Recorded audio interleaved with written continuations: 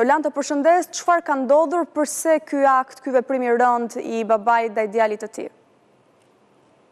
Po, përshëndetje, ngjarja sapo ka ndodhur rreth orës 11:45 minuta.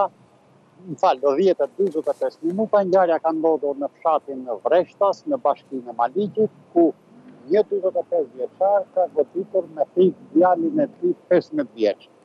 Djali është shoqëruar menjëherë në spitalin e Korçës, burimet e spitalit të Korçës bëjnë të ditur në këto momente se djali është jashtë rrezikut për jetën, veç se ka marrë një thik në brinjë në anën e majtë.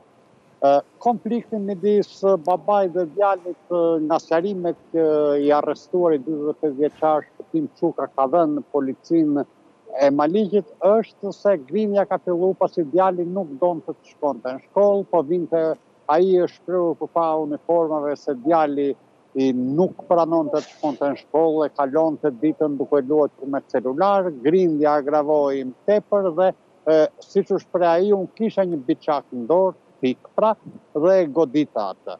Kjo është pak a shumë ngjarja që ka ndodhur, gjithsesi hetimet e mëtejshme do të tregojnë edhe në lidhje nëse këto deklarime janë reale apo ka pasur diçka tjetër. Dhe si paraqitet gjendja shëndetësore e djalit plagosur, Roland? Ai po merr mjekim në spitalin e Korçës pasi është goditur në brinjë në anën e majtë. Nuk ka dëmtime, thonë mjekët, organeve jetësore, kështu që paraqitja e tij shëndetësore është jashtë rrezikut për jetën.